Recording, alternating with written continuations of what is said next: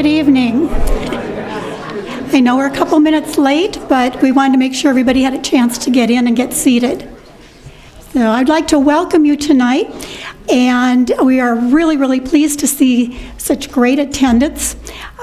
We certainly even have some more people coming in right now. My name is Bonnie Cook, and I am co-chair of the League of Women Voters Roseville Area Affordable Housing Study Committee. Mindy Greiling is a co-chair, Rebecca Borman is another co-chair, and we welcome you here tonight. The evening is sponsored by our Roseville Area League, which covers Falcon Heights, Lauderdale, Little Canada, Maplewood, and Roseville, and also the St. Paul League of Women Voters and Centennial United Methodist Church, where we're in their building tonight. The League of Women Voters is a nonprofit, nonpartisan organization that does not support or oppose any political party or candidate. It is open to both men and women. Our mission is to encourage informed and active participation in government and influence public policy through education and advocacy. And it's clear that tonight we're wearing our education hat. We have had an ongoing affordable housing study for a year. We started last June. We're not completed with it yet. We're in the midst of it. So we are in a fact-finding mode, as you all are tonight too. Before I get on with the evening, I'd just like to mention a couple of coming events. And if you don't get all these down, we've got a website at LWVRosevilleArea.org that you can check out and get more details on them. On March 9th at 6:30 at the Roseville Library, we are partnering with the Roseville Library and Do Good Roseville to view and discuss a film called Equal Means Equal, which is about the ongoing struggle for women's equality. It's part of Women's History Month in March. On March 21st, we'll have our regular March meeting at the Autumn Grove Roseville Parks building, which is on the corner of Lydia and Hamlin. And Molly Slade will be our speaker. She is a Roseville Human Rights Commissioner and community mental health worker. And her very intriguing presentation is titled Community Psychological First Aid. On March 29th, we're sponsoring back at the library, The March is Over, What's Next? And this is in reference to the Women's March in January. And it's a chance for newer members or people in the community to come and find out how membership in the League of Women Voters can empower you. As far as our housing study, I would just like to mention that not only have we been able to pick the brains of people who are very knowledgeable in this area, but we've also been able to partner with a capstone project at the University of Minnesota Humphrey Institute.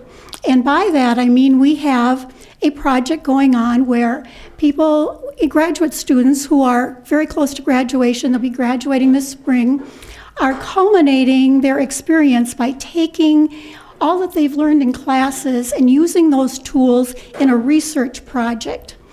And we have 3 students that will be doing that with us, and we will be sharing later on in April not only some of our findings, but theirs as well. And Rebecca's going to mention that a little bit later.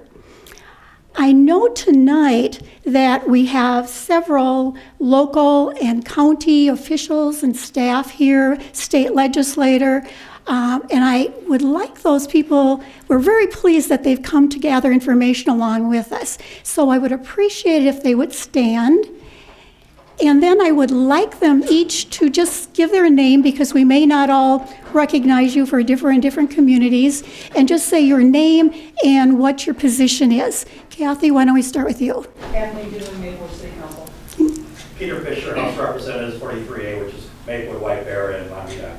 Mary Lee Abrams, Maplewood City Council. Dan? Dan Rowe, Mayor of Roseville. Um, Tom Fisher, Little Canada City Council. And John Keys, Mayor, Little Canada. Okay. Did we miss anybody? Okay. Thank you all for coming. We really appreciate it. I would also like to thank the North Suburban Cable. You can see that this is being recorded so that we can reach more people in the community. There's one more thing that I would like to comment on, and that's questions for when we get to our question and answer period. We're going to handle it tonight like we do with our candidate forums. So some of you received index cards when you came in. Otherwise, we will have extra ones available. When our panelists are speaking, if it triggers an extra question you have, or somebody asks a question and it triggers something, jot it down on one of the cards.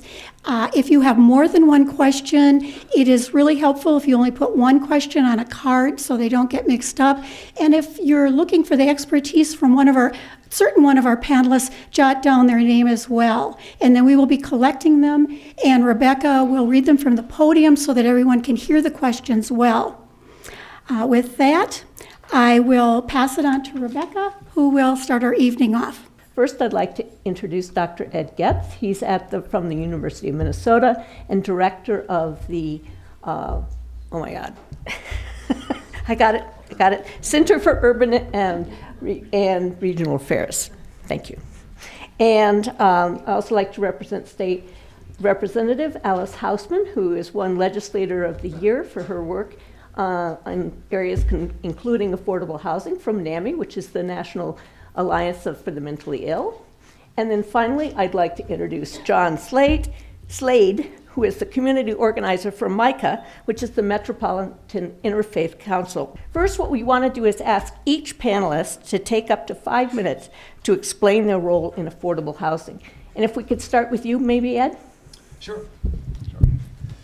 Thank you. First, I'd like to thank the organizers of the event for the invitation tonight. I appreciate it. This is a very important issue, and I'm glad to see so many people out interested in it. I teach at the Humphrey School of Public Affairs at the University of Minnesota, and I do research in the area of affordable housing and community development.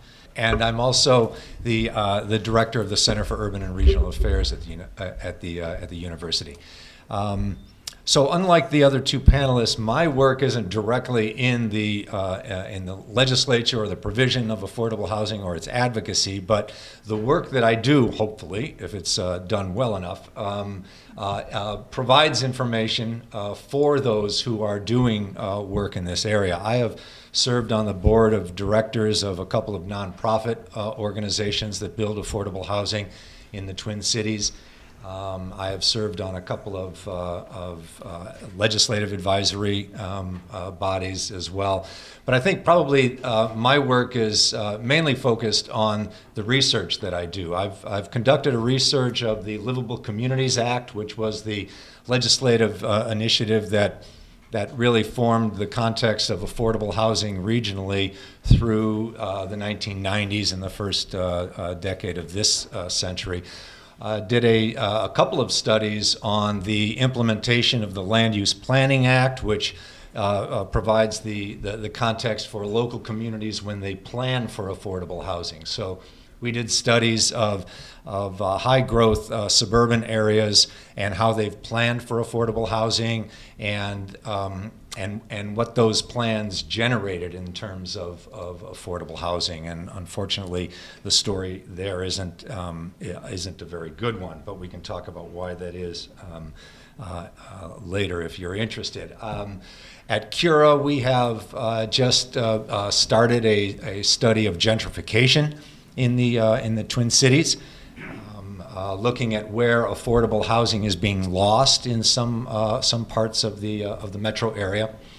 And I think all of these studies are important for policymakers and also for community members who are involved in the comprehensive planning process in their communities, and the Metropolitan Council and local communities are in the midst of that right now. And so this is a very important period of time. From my standpoint, we have had a chronic problem of affordable housing for 40 years or more. Sometimes the proximate causes of our crisis change, It might be foreclosure crisis for a few years. It might be rapidly escalating housing prices.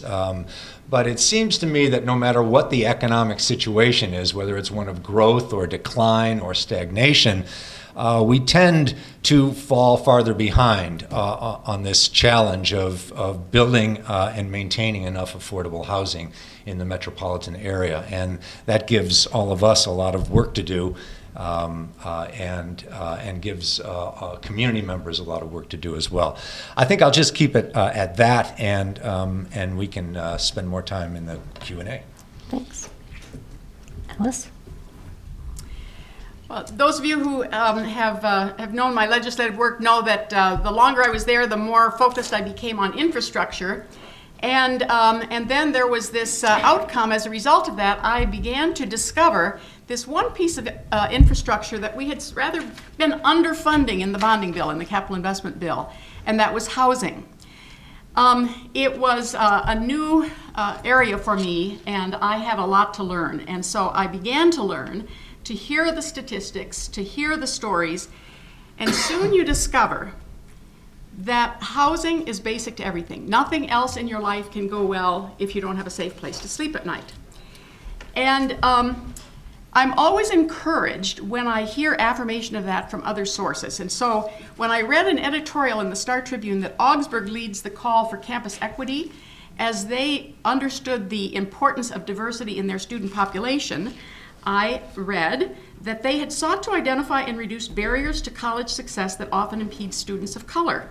And so among their tactics was that they set aside dedicated housing for homeless students. And so I began to understand this is, though it was new to me, clearly people were calling this out and understanding how we needed to be intentional. And then I saw the work of the International Institute, and as they try to get students, new Americans, ready to be prepared to go to college, and they talked about all of that work, they said their number one challenge, housing. So over and over again, this was the dilemma. International Institute, Augsburg College, their work is intentional, and they teach others about their issues. So what are we going to do about it? In Minnesota, all the players in the housing field were coming to the legislature independently, asking for different things. Lots of groups. And I saw my colleagues, their eyes began to glaze over. Oh, I had some more housing people in. But it was clear that it wasn't making a lot of sense to them. And so what sometimes happens when you come with many messages, no message gets through. And so one year we got 0 for housing. And so I said, okay, we can't ever let that happen again. So we talked to all of the housing advocates. In the interim, you got to get together. You've got to get your act together. You're the experts. Sit around a table and figure it out, and they did. They came to me saying, this is what we need this year, and they were very clear about it. This is what we're asking for. And all I had to do was do what they told me to, and just be a little more stubborn than everybody else in the room so that we could accomplish it. Now, I will say that sounds easy, but it's massive amounts of organizing. As an example, Beacon, one of the nonprofits, organizing the faith community in church basements. And they would sit around in a circle and say, how's a home is, and they'd start to hear what everyone named as their word about home. And then they made wonderful postcards and posters out of these group exercises. And soon the marketing of this began to happen. And so in 2014, we did what no other state had done, I'm told, by NARO. We had $100 million in a bonding bill. Now, that only funded 26% of the applications. If you want to know how big the need is, $100 million, and it funded 26% of the applications. So clearly, the need is great. And now there's a growing recognition of a new need that wasn't even on our radar screen then, and that is senior housing. The fastest growing demographic, those over 55. The statistics are staggering. The number of Minnesotans aged 55 and over is projected to rise from 1.5 million in 2015 to more than 2.1 million by 2030, a 39% increase, and we're not building housing that they can afford. The Applewoods and Cherrywoods in Roseville, that doesn't work. I thought I had approximately 180,000 Minnesotans over the age of 65 have incomes lower than 28% per year. Half of those households are bringing in less than 16,000. But that 100 million did something. With veterans, we actually can count them now. Families with children who have jobs, we actually brought the number down. But we haven't for seniors, and we haven't for young people. Great. My name is John Slade. I am privileged to work for the Metropolitan Interfaith Council for Affordable Housing, and have off and on, mostly on, for most of the past 7 years. Otto von Bismarck said that politics is the art of the possible, and I hate that quote. And one of the benefits of working for a faith-based organization is we can say we need to make miracles happen. We need to change what is considered to be possible. Now, there was just a major election, and I never would have guessed, A, the president is who he is, B, that there's a white nationalist sitting on the National Security Council. There were people in that movement who said, I don't care what you tell me about what can and can't be done. We've got to make stuff happen. When I look at affordable housing, when we all look at affordable housing, and one of the things that Ed brought up, it's been a long time that we have not had nearly enough resources to make affordable housing happen. Michael, like the League of Women Voters, is a nonprofit, but I definitely think that there's some political tendencies that we can call out. There's a tendency for austerity that says that government can't do any good, that says that taxation is theft. The federal government backed out in about 1982 of their commitment to Section 8. That the federal government basically went from about $10 billion of annual spending to about $2 billion. Austerity budgets throughout this point in time have left us without what we've got, the basic needs that what we've got. 100 million, and we're proud of the 100 million, and we should be proud of the 100 million. But to fulfill that existing housing need in the state of Minnesota, $1.06 billion a year is what we would need to fulfill that housing gap. The reason we have that has to do with both state and local politics.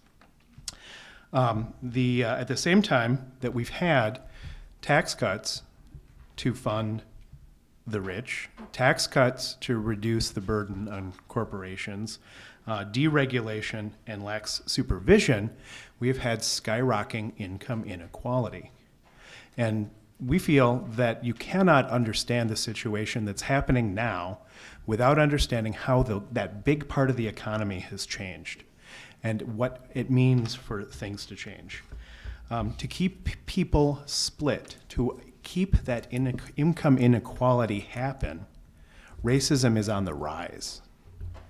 If the people who have all the money want to keep all that money, they need to keep poor black people and poor white people mistrusting each other, and Latinos and Asians.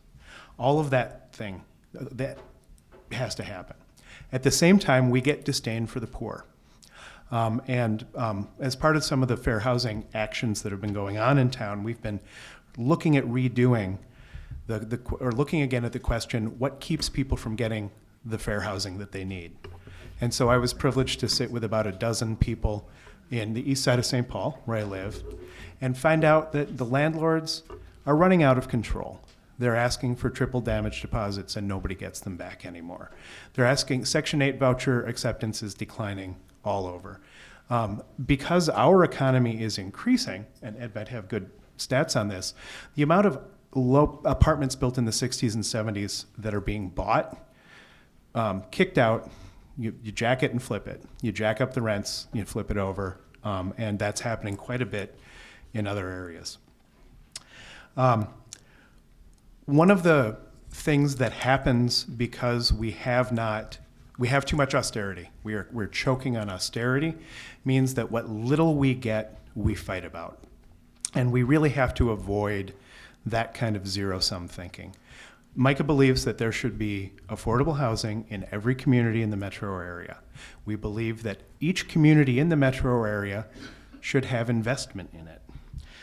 We think that the wealthier, whiter neighborhoods should have low-income housing. People should be able to choose to live there. And I worked for a long time on the Central Corridor in the Rondo and Frogtown neighborhoods. Those neighborhoods need to have investment as well. In order to change this, what do we need? We need a lot of things. People of color-led, politically impacted people organizing together to make things happen. Black Lives Matter gives me huge hope.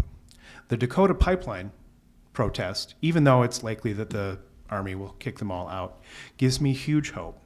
The Resist from day one, everything from the march to the movement, Occupy to the Arab Spring, all of these things give me hope. And so, organizing is what we do to try and make sure that we have fair housing in the Twin Cities. Thank you. Next, we're going to go to audience questions, and if you have a question and you have already written it down, if you want to just pass it down, that would be great. If you haven't received a card, if you just want to wag your hand, one of our trustee people will come around and give you a card. What we're going to do is each question will have time for up to 2-minute responses. Questions, as Bonnie said, can be either directed to individual panelists or to the entire panel. Because I'm a contrarian, I thought we would start with John here and go counterclockwise, just for a change. The first question we have, which is actually from our the League's housing committee, is, given the chronic shortage of affordable housing, what strategies would you like to see in our inner ring suburbs? Tenants are the canary in our coal mine. Organizing of tenants, outreach to tenants, and creation of structures where tenants can lead and have their voices heard. We have the power imbalance that I spent most of my time talking about can be rebalanced. And one of the ways to do that is to get the real basic grassroots organizing around these issues. Changes in the housing stock, inner ring suburbs, are mostly kind of right post-war 50s, 60s housing stock. There was a major decrease in apartment building production, I think after the 86 tax code during the Reagan administration. So you've got a lot of those apartment buildings. Making sure that if an apartment building is sold and if you want to license, if the landlord wants to have a license to rent, that they are accepting every single one of the Section 8 voucher people that are in there, that everybody who's in there has a right to stay. And if you do have displacement, that the cities or the municipalities, the counties, are going to have a one-to-one replacement for additional affordable housing. This is none of it cheap, but that's the point, is housing, infrastructure and housing are, and you look at where schools and roads are built, and those are the moral statements about what's happening in your society. Alice? So here's what's happening in those suburbs. It used to be in Dakota and Washington County, if they had a homeless person and they didn't know what to do with that person, they would give them a bus ticket and send them to Minneapolis or St. Paul. And that was just what happened. This winter, I saw this as good news. In Dakota County, where they don't have a shelter, the churches in Dakota County thought, oh my gosh, it's freezing this week. And there are all these people who don't have a place to sleep. And so, without a lot of help, they opened the churches. Now that was short term. But what that tells me is Dakota County is paying attention. And then there was this wonderful article I think in the last couple of days, about Washington County, titled Roundtable to Address Homeless Issues. And they point out, they now know, that in 2016, the count increased slightly in Dakota, Anoka, Carver, Scott, and Washington counties. The 2015 study by the Wilder Foundation showed that numbers are falling statewide of those who are homeless, but are rising in metro area suburban counties, the very thing that we're here to talk about. The lack of affordable housing and the lack of a living wage are two of the main reasons. And so if we're looking for something to focus on, you already referenced the income inequality. That's the one thing. And you know, at the legislature this year and in Minneapolis and St. Paul, there really is a strong attempt to begin to do something about those wage levels that don't allow anyone to afford housing. I think one of them is awareness. Now, the other has to do with literally the availability of affordable housing. And there is a new organization called Haven, Housing Advocates for Vitality and Equity Now. They came to my office for the first time, brand new on my radar screen, so I had to actually, we'll talk about that later. Finish your sentence. Go ahead and finish your sentence. Yeah, Well, we can go back. Oh, okay. Ed? Okay, I think it's all hands on deck. I think we need to be thinking about everything we can do to solve this problem. I think especially in terms of two different dualities. One, affordable housing is a ratio. It's a ratio of people's incomes to the cost of housing. We need to be thinking about both sides of that ratio. We need to think about increasing incomes through better jobs, through income supplements, and then we need to think about ways of reducing the cost of housing. The second duality is then how do we make housing more affordable on the housing side of it, either through reducing the cost of construction and development and maintenance of housing, or through increased subsidies to allow those subsidies to be passed on in the form of lower costs to the tenants. And there are plenty of ideas going around, but creativity, I think, is of the greatest importance here. I've heard recently of an idea. The Twin Cities is the only metropolitan region in the country that has a tax sharing system for commercial and industrial tax. A couple of decades ago, we figured out how to make sure that we could share some of the tax revenues in commercial and industrial. We could do the same in housing. My organization, Cura, has run the numbers on an idea where a small portion of the property values in excess of $500,000 per house would be directed to affordable housing. It would be capped so that the take from any particular community would never exceed 1% of their property tax revenue, and we could generate millions of dollars every year in that just by applying that idea. Alice, we've got a question about what is the definition of affordable housing and compare it with public housing and subsidized housing, et cetera. Do you? Well, I'm going to, they will probably be more specific. I want to talk about, there are really three levels, and I just want to be clear that tonight we're talking about two of them. The highest level, the luxury housing that requires only a market demand, we don't have any problem with that. But the one that I had been working on very specifically was the one where I partnered with public housing and nonprofits who were doing, like Lutheran Social Service, Catholic Charities, Common Bond, Beacon, Aon, where for every dollar that the state provided, they would leverage $3 of private money. So that's where I had been spending a lot of my time. This week, I started talking about Haven. This is a group that says, and it puts them a little bit in conflict with single-family housing, but they're starting to try to educate us about how we could maximize federal funding by focusing on multifamily housing. And they show how much further the money goes when you try to leverage those federal tax credits when you focus on the multifamily housing. So I'm just beginning to learn about that, but I think it's important for us when we talk about this tonight to say there are really two problems. There's this middle one where it's just really basically people who don't have enough income to go out in the market at all, and there's one way to solve those. But then there's this other one with people who literally, perhaps they have been homeless for a very long time, or there are other complicating factors. One of them that I have learned, I'm hoping that one of the questions gets us to that.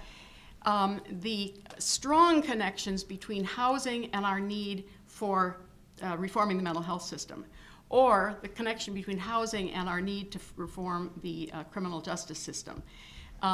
A public housing person in Red Wing told me that they usually always had maybe one person sleeping in their lobby, and inevitably that person had been in prison. And he said now they're up to 5 in their lobby. I mean, that shows the kind of the growing demand of that particular group. And I'm going to piggyback directly on that. Micah changed our mission from that we work for a Twin Cities area with everyone, without exception, has decent, safe, affordable housing to decent, safe, accessible, and affordable housing. One of the important, and that the reason is because we've kind of, as Michelle Alexander's new Jim Crow says, we've taken the felon label and used that to replace the person of color label that the Jim Crow system was based upon. The federal government basically says that there's really super low income people that are making at jobs making $7 or $8 an hour. There's that's extremely low. Very low income people at jobs making $14 an hour, and low income people who are at jobs making $20 an hour. That I always like to kind of take a look at those categories in terms of what the income is. But as Ed said, affordable housing has to do with what the rate for housing is and what your income is as well. As long as we have jobs that pay $9.50 or less, because you can in certain situations, if you have those kind of jobs in your community, then your community needs to have housing affordable for those people. Micah believes that we need to, our public good should be pointed at those who need the most. This is hard because you can do, if you're working at 50% of the area median income, people making $42,000 a year, you can get a lot more units because the amount of units that you need to subsidize is less. But it's the people, we, as people of faith, we think our call is that everyone without exception needs access to that housing. So we look at folks that are, making the minimum wage or can't work or have zero income or fixed income. As you treat them, so you treat me. It's kind of that vague biblical reference on that one. So. Ed, actually, I've got another question for you from the audience, if that would be okay. According to the Met Council formulas, Roseville has enough affordable housing. According to the research you have done, can you say whether there is enough in this area of the Twin Cities, or is there a larger need beyond the Met Council targets? So who is it that wants to get me in trouble here? This does get to the definition of affordable housing, and not all agencies use the same definition. This ratio that I was talking about before is usually set at 30%. That is, if you're spending more than 30% of your income on housing, you are said to be in an unaffordable situation. And then it's unaffordable at the different income levels that John talked about. But generally speaking, we talk about people at 80% of the area median income, people at 50% of the area median income, and people at 30% of the area median income. And so my guess is that the Met Council's conclusions about there being enough affordable housing in this area is based on this threshold of 80% of the area median income. And generally speaking, around the metropolitan area, there are enough housing units that rent at a level that is affordable to people at 80% of the area median, that you could say that we do have enough affordable housing. Where we lack the affordable housing is when our definition goes to the 50% and the 30% of area median. And in that respect, we are far behind the need regionally, and in this part of the region as well. Next, could you each evaluate the Met Council's role in affordable housing, and what more could they be doing, following on the last question? And Alice, I think it's your turn to go in Well, our... he should, I mean, it's kind of a flow. Sure, go for it. Okay. It sounds like. As long as I'm warmed up. So So the Met Council, affordable housing or housing in general is not one of the 4 systems that the Metropolitan Council has jurisdiction over. And so the Met Council has interpreted this to mean that they cannot force localities to abide by any particular directive when it comes to affordable housing. They can offer incentives, they can offer supports, but they can't require consistency with a region-wide approach to affordable housing. And so I'm not a lawyer, and I can't say whether that is true or not. I do think that this Met Council has been more activist on affordable housing in terms of providing information, providing a platform for understanding the challenges of affordable housing in this region. I think in the past, and I'm talking the distant past, the Metropolitan Council has provided a number of incentives and supports for communities that disappeared for about a 25, 30-year period from the 80s until about 10 years ago. And I would like to see those reappear. I think that the Metropolitan Council has some levers at its disposal that it could use more aggressively. But generally speaking, we're in, as I said earlier, we're in a very critical stage. All of these communities in the metropolitan area are creating their comprehensive plans, and all of those plans have to have housing elements. And those elements have to identify what the goals are for affordable housing and how communities are going to implement those actions. And this is where organizations like the League, and I hate to sort of anticipate a later question, but this is where you all can be extremely important and involved and active. John? So in the back corner, there's a number of handouts that we've got here. And if you take a look at the one that looks like this on the front and this on the back, the Metropolitan Council goal that you're probably referring to is, given growth in population and jobs, how much more affordable housing will this municipality need between now and 2030? This does not deal with the affordable housing need that currently exists. The projected numbers, and here's just top line numbers on this one. The people that are making less than $26,000 a year, the metro area, Met Council thinks that we're going to need about 19,000 of those units. Of people that are making that much money who are already paying too much for their housing, 90,000. So 19,000 new, 90,000 people in those income categories that are paying way too much for their housing.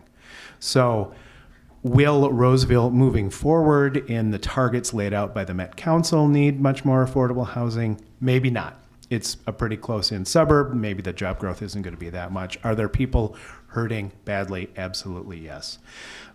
The other point is that specifically in regard to the Met Council, so we're a faith-based organization, so I can say that there is an idolatry of the free market that exists in politics, a worship of money and the rich. And frankly, that has meant very, very hands-off philosophies of government. You can't possibly make developers do things. I believe that the Metropolitan Council, when it was first started, used carrot and stick. They didn't give people money if they were not meeting their affordable housing goals. As Ed's correct, the current philosophy, the philosophy of the last administration, and has carried over into this administration, is we can only do carrot, and there's not a lot of carrot because of austerity politics. I believe that that is a human decision, and that can be changed. And I think that's one of the reasons why the Met Council is under such attack right now. And they are under attack. And so let me just set the context and then have a suggestion about that. So these groups, Haven, Minnesota Housing Partnership, they all say the need for affordable housing in Minnesota is significant and growing. We can count those who are homeless. You can actually go out and find them. But to get at this other issue of affordability, do you count the senior who is foregoing medicine in order to pay rent?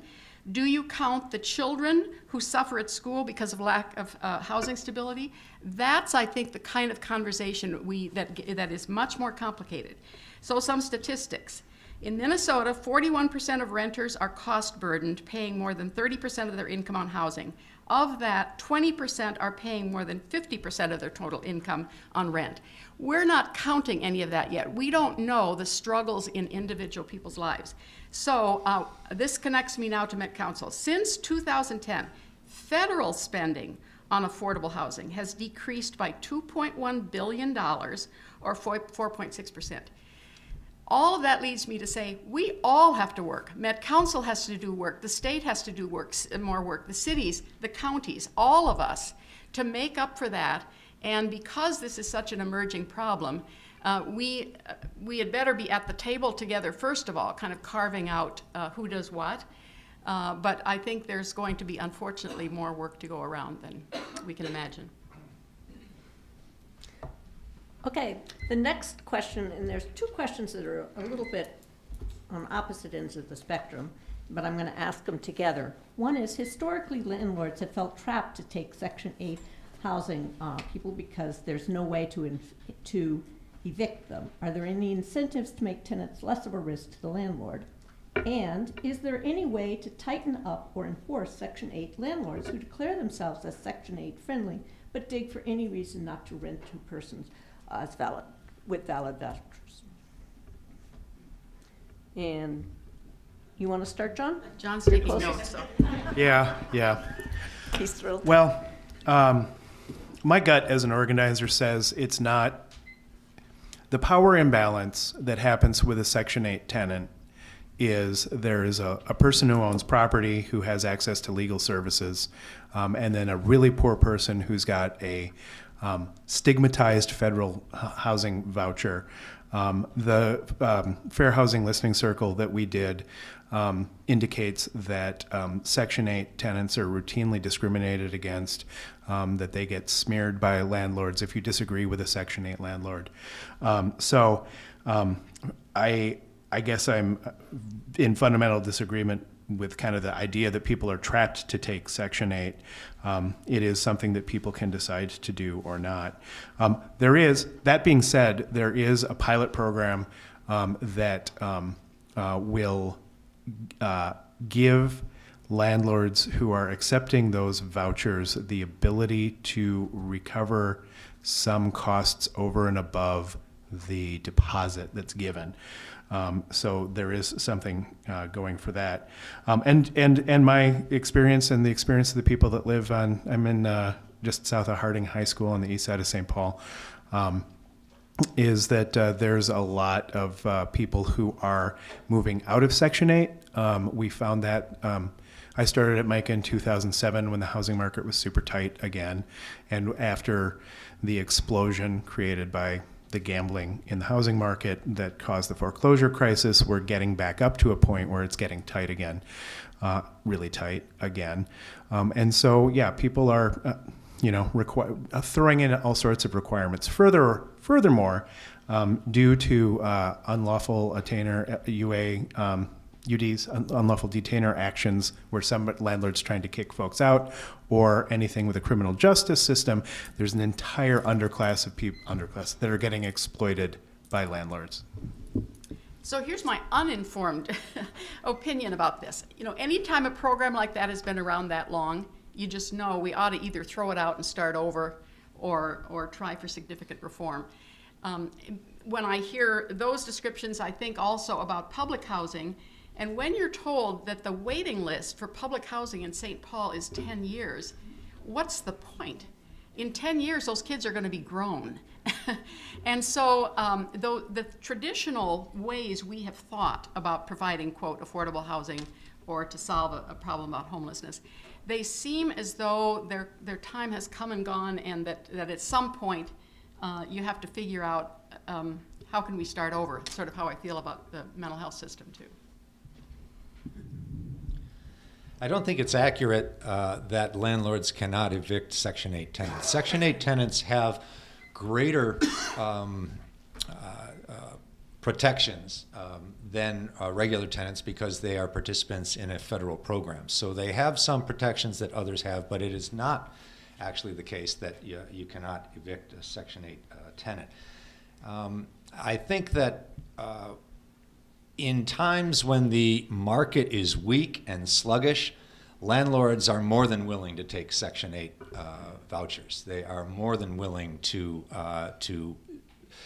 participate in the program because it's a steady flow of income. I think that when markets are very strong and the rental market is very tight, they become a great deal more choosy and prefer to avoid the programmatic requirements associated with Section 8 and try to avoid that altogether. And that's a reality that has been the case since the program began. And unless greater protections are built into the program, into the legislation, that's likely to continue as well.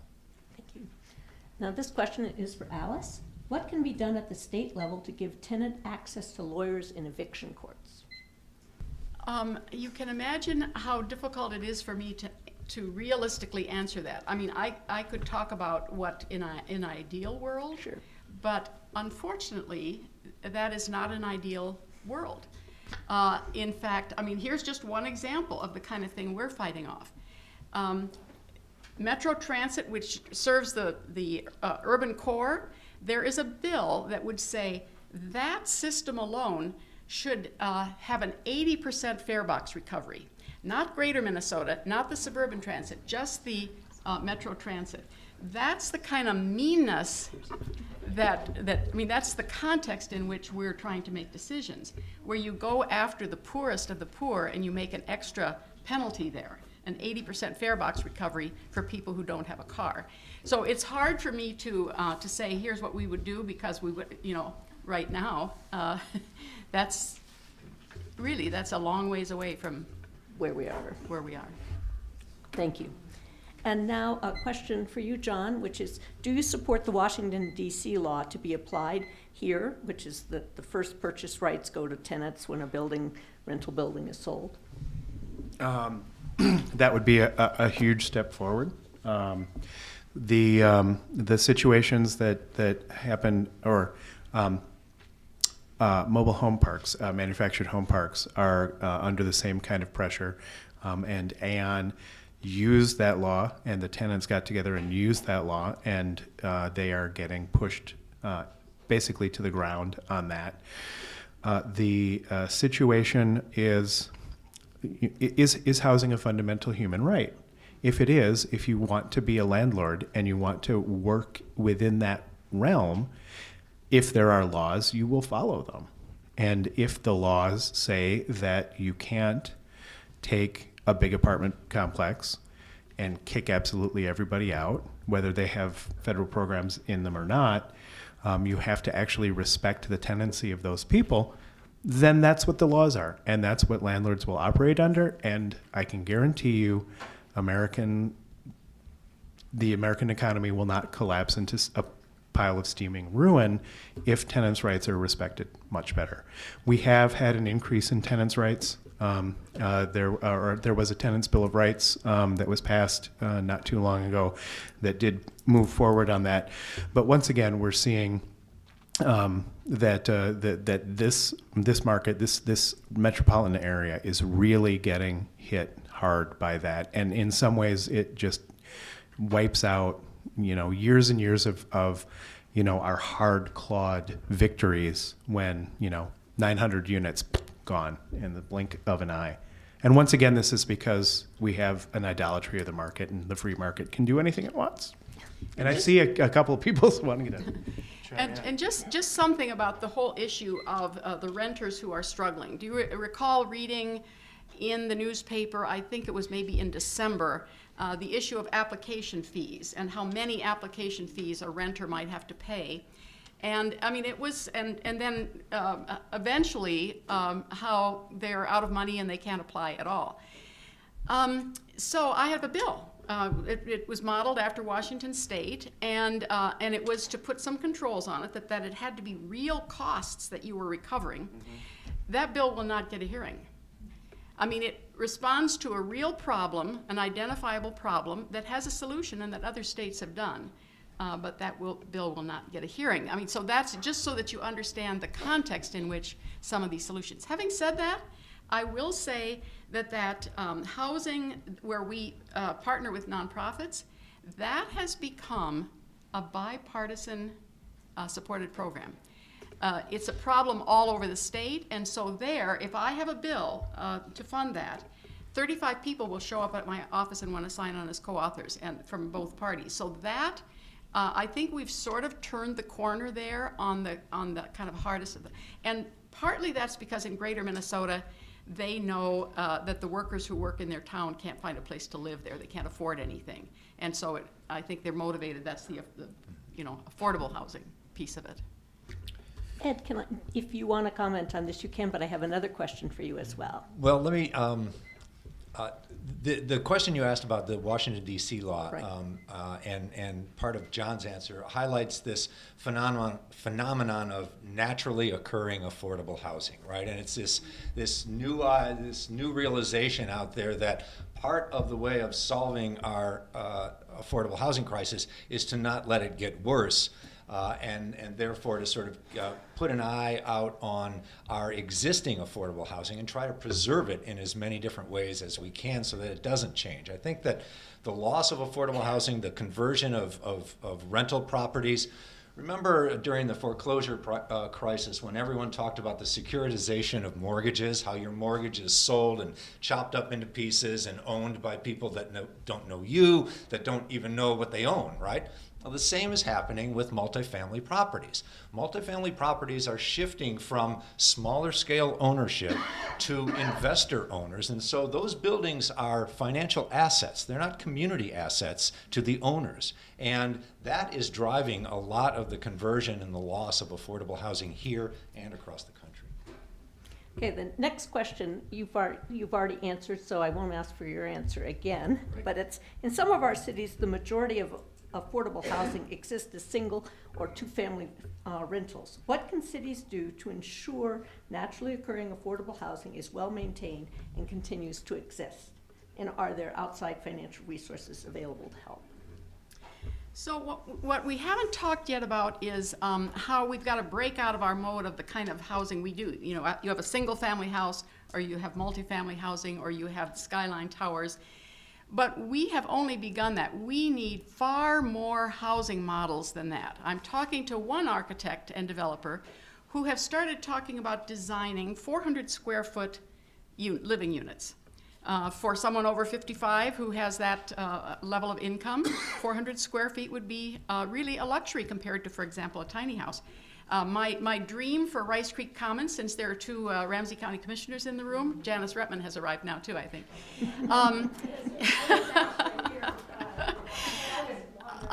I think we should take advantage of that vast amount of space that's now been purchased and cleaned up to build the best designed tiny house village that you've ever seen. And we surround it with a walking path and green space and parks and playgrounds and a community garden to grow healthy food. And then Ramsey County locates its human services route right there to make it possible for them to, if they have a particular issue that they need help with. And the A line on Snelling is already scheduled to go up there, so even if they don't have a car, it works. So it's a way of kind of breaking out of the box to say we have to think about designing different kinds of living accommodation than we ever have because of these emerging challenges that we have. You mentioned high growth community planning for low income housing, but it failed. Why? So this gets back to what the Met Council does when it tries to assist communities in planning for affordable housing. The Met Council doesn't require communities to plan for low-cost housing. They require communities to plan for high-density housing. All right, and so that's how, and they use the logic, and it's an accurate logic, that high-density housing is more likely to be affordable than low-density housing. And so what we did was we looked at 25 years of planning history and development history. We went back to plans from 1980, and we looked at all of the plans that 25 suburban communities did for setting aside land for high-density housing. And we found that for every 100 acres of land that was set aside for high-density housing, exactly 6 of those acres resulted in new affordable housing. That's 6% success rate. That's probably not acceptable in any business that you're in. And so we need to have a new model for figuring out how to plan for affordable housing. If we're using multifamily housing or high-density housing as our proxy, it's not working. And it didn't work because some of the land was not developed on 25 years later. It didn't work because some of that land was subsequently upzoned. It didn't work because some of that land was shifted to non-housing uses altogether. And it didn't work because some of that land already had housing on it, and it wasn't even vacant land, and yet it counted for the community's approach to affordable housing. So that's what happened. Okay, next, how important is transit to affordable housing, and how do you provide transit to second and third tier suburbs for housing support? When Minnesota Housing Finance Agency makes its decisions on that 80 million, going back to 2014, that 80 million that was housing infrastructure bonds, the accessibility to transit is one of the things that they use to determine, is this a good application that we're responding to? So it is a priority for them because we know that in all likelihood there's a great need for transit in that particular population. Again, the simple fact of the matter is there's something wrong with Minnesota. Many other states, including those that with Republican governors and Republicans in charge, they are building more transit than we are. We are falling behind in public mass transit. And so you need, so the person who's transit dependent ends up having to take an hour and a half to get to work because they need 3 transfers to make it work. The ones who are transit dependent are the ones who understand how underfunded our public mass transit system is. And yet, this legislative session, if you're reading the newspaper, you know public mass transit is again under attack. We may go backward. To show ideologically how it's changed, when Tim Pawlenty was governor, he signed the Green Line, $60 million for the LRT line. Granted, he line item vetoed it a few times, but he subsequently signed it. 2 years ago, I couldn't get $3 million for a bus line, the one that goes to Woodbury. That's how ideologically in opposition we have the majority right now in the Senate. So everybody's got to speak up. Everybody's got to tell them we want to build a different world. Thank you. Are there cities that collaborate with other cities on affordable housing? And if so, what motivated them and how did it work out? If not, what could be done to encourage collaboration? Well, when I went to the National NARO conference last summer, and when I talked to them about what we were doing in Minnesota, I heard from everyone later that no other state was doing this. I mean, that there hadn't been this kind of significant investment. And so I'm not sure that we have a lot of good role models. From what I heard from the people at that national conference telling me about their state, that we apparently, and I don't know if everyone is understanding that it's a growing problem, this income inequality that you reference, the income inequality impact on both our food insecurity and our housing is substantial, and I think I think it's getting worse, and so the challenge is great, and I'm not sure that, from what I heard at the national conference, that there are model states. Okay, thank you. What things did the Minnesota Challenge Report recommend that cities like ours can do to encourage more affordable housing? That study came forward with a number of different recommendations for reducing the cost of developing affordable housing. And luckily, I had the foresight to write some of those down before. Preservation of existing affordable housing. We've talked about transit-oriented development, capitalizing on where transit will be built or already occurs to zone for greater densities that would be appropriate. If a good deal of development is taking place in a community, if it's a growth community, then considering models like inclusionary housing, which is a requirement that for every X number of market rate units that are being built, that some percentage be set aside for affordable housing, so that as the market is producing housing, it's also producing affordable housing right along with it. Land banking, site acquisition, and site selection activities on the parts of local governments, the reuse of redundant or underutilized government-owned properties, sometimes along railroad right-of-ways, sometimes just left over from projects that didn't go forward before, but trying to provide that, bank that land and provide it to affordable housing developers at a lower cost. Density, and that is a sort of associated with good design as well. Density doesn't have to be scary. It doesn't have to look bad. Fee reductions. When people build housing, when developers build housing, they are assessed all sorts of fees by local governments to counteract the cost of servicing that housing. But if you're building affordable housing, perhaps we can reduce those fees a little bit. Perhaps we can process or we can expedite the approval process, which would make the program or the project go more quickly and thereby save costs as well. Stop there. Thank you. What can we do to discourage not in my backyard sentiment? Well, in the faith community, we believe that we are called to recognize everybody's humanity. And one of the things that Micah, since I started in 2007,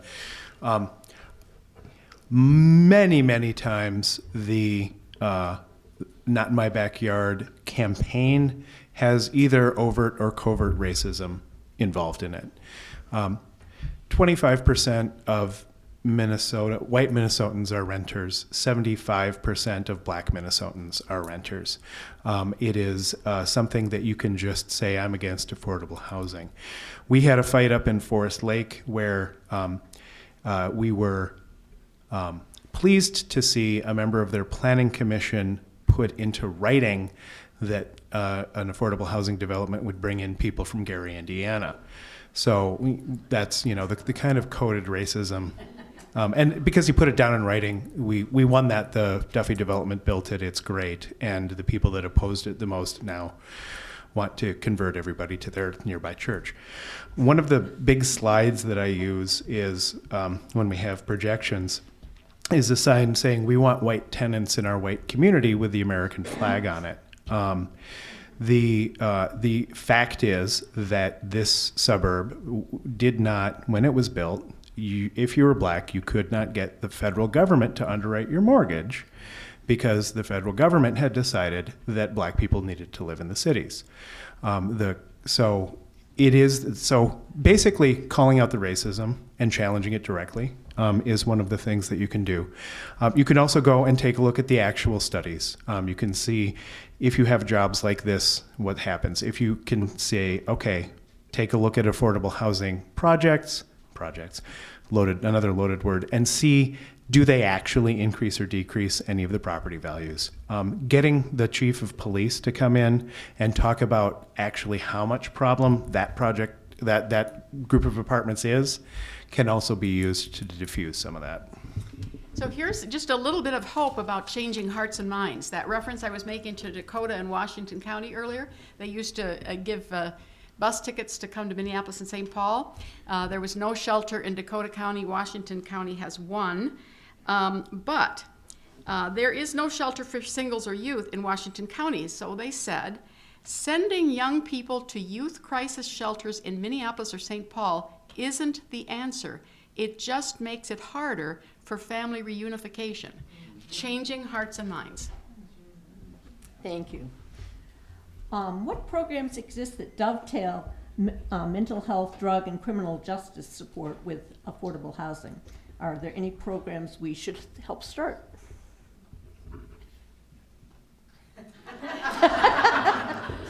Well, I mean, this is not a program. I will tell you one of the bills, and where I used housing as my argument, it's not going to be heard, but to look at legalizing personal use of cannabis.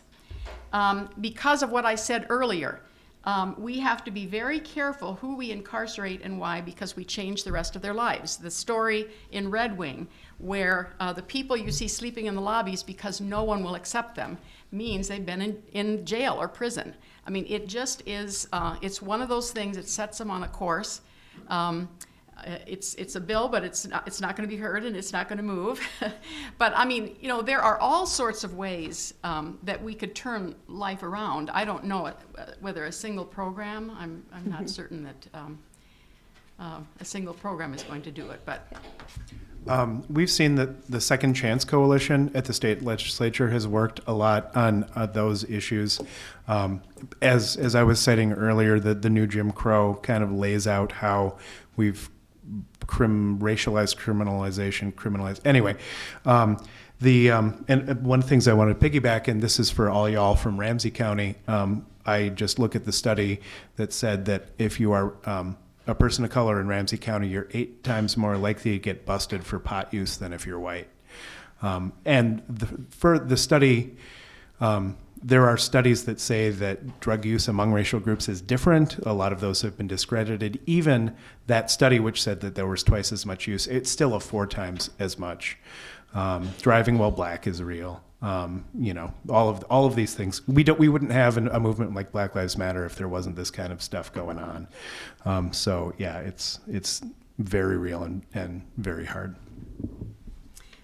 Beacon, one of the nonprofits that's working on housing infrastructure bonds, has a project in Minneapolis. It took a little doing in the neighborhood, but it's going to happen specifically for men coming out of prison. And they have built in things like playgrounds and playrooms because they hope children will come to visit there. So there are some of the nonprofits in their planning who are beginning to target some of that housing. Beacon happens to be one. Thank you. Now, for our final question, since we're running towards the end of our time, Commissioner Mary Jo McGuire asked, in addition to wonderful forums like this, how can we educate the broader public around the issues related to attainability of affordable housing so that we can come together as a community to solve this? And Ed, can we start with you? Sure, you're going to be disappointed. But, so how can we educate people more broadly about this? I think that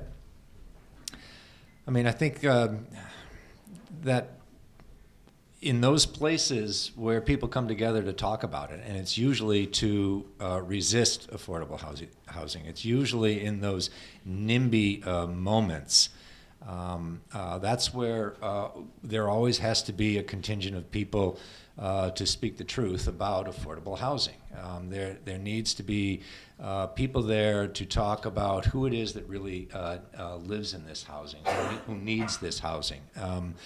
That this housing serves people who already live in this community. You know, the fact of the matter is that there are more low-income people in the suburbs than there are in central cities, and the need for affordable housing is as great among people who already live in the suburbs, and so this doesn't, you know, this. So there's that. There's the building of housing for people already in this community, but it's also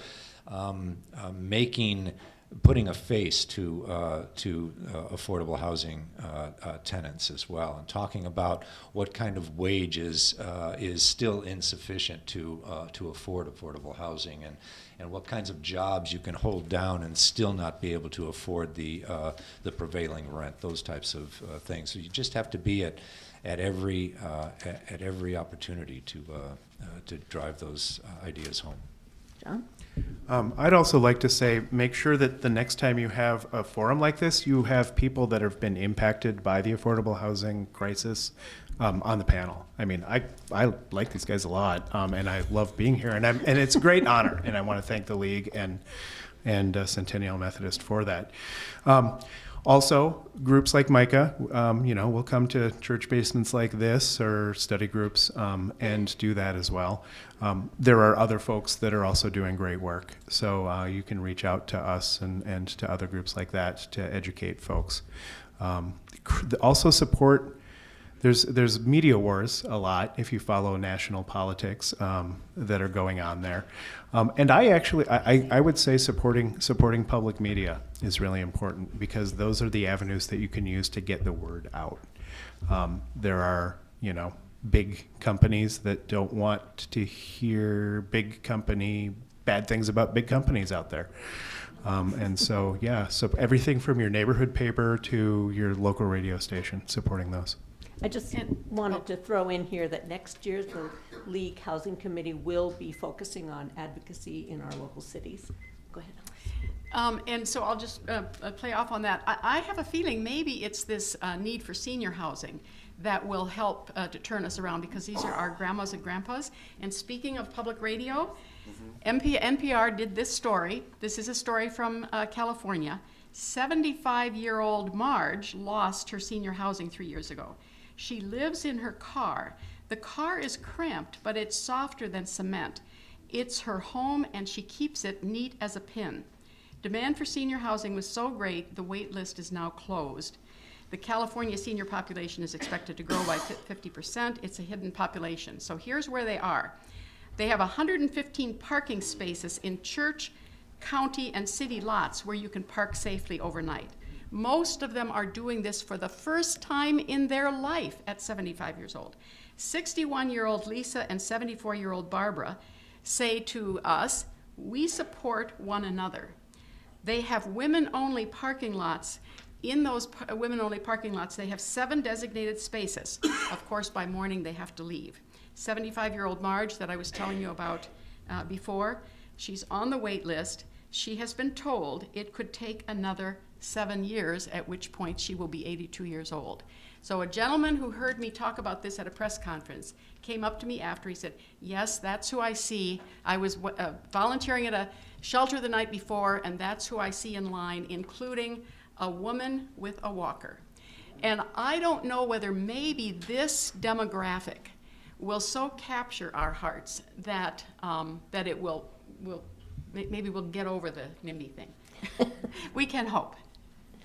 Lastly, it looks like we have time maybe for each panelist to take about a minute to throw in whatever you think might have been missed or answer something that went over. And would like to start. Well, my concern is, we all finally got together and had this coalition, Homes for All Coalition.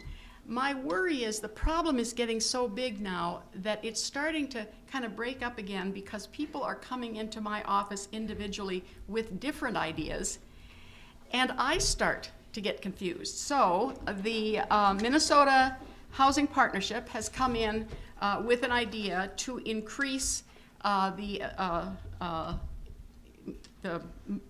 activity around the Affordable Housing Trust Fund. They think there's much more capacity there. This new group, Haven, which are for-profit developers, they're trying to prove to us that we are leaving federal money on the table, and if we just approach the federal tax credits in a different way, that we could bring more of those federal dollars here. And so I start to get confused again and kind of lose my focus. So when the problem gets this big, to kind of stay focused and get done this year what we can get done, that's my sort of anxiety coming out of where we are now.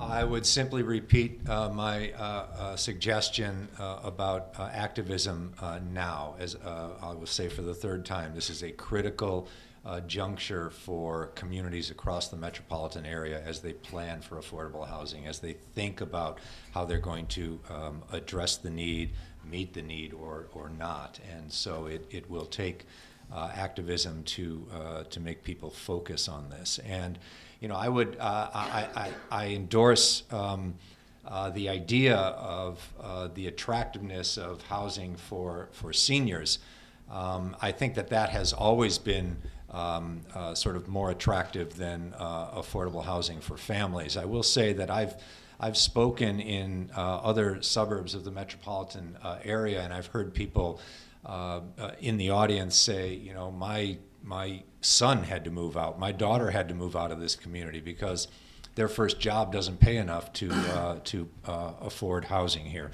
Why should they have to move out of this community? So it's life cycle housing more generally, and it gets back to this notion of putting a face on affordable housing, of making this personal, and I think people will have a harder time with blanket opposition if you just make this a little bit more real. Currently, the bonding bill, House File 864, time to get your notes out, 864, and Senate File 666, you'll probably remember that one. The Health and Human Services Bill, House File 871, and Senate File 658 that's the current, given that we have very little money, but where are we getting it? The other thing, that's the very specific. I'm given to understand Frederick Douglass there's been a resurgence of interest in Frederick Douglass. He's doing really well nowadays. Yep. And he said this: those who profess to favor freedom and yet deprecate agitation are men without the crops, without plowing up the ground, and they want the rain without thunder and lightning. They want the ocean without the awful roar of its many waters. The struggle might be a moral or a physical one, and it may be both moral and physical, but it must be a struggle, and it will be a struggle. Power concedes nothing without a demand, and it never has, and it never will. And if you can find out just what any people will quietly submit to, then you found out the exact measure of injustice that will be imposed upon them. The limits of tyrants are prescribed by the endurance of those whom they oppress. On that note, I want to thank all of our panelists for giving of their time tonight and sharing so much information with us, and we really appreciate your coming.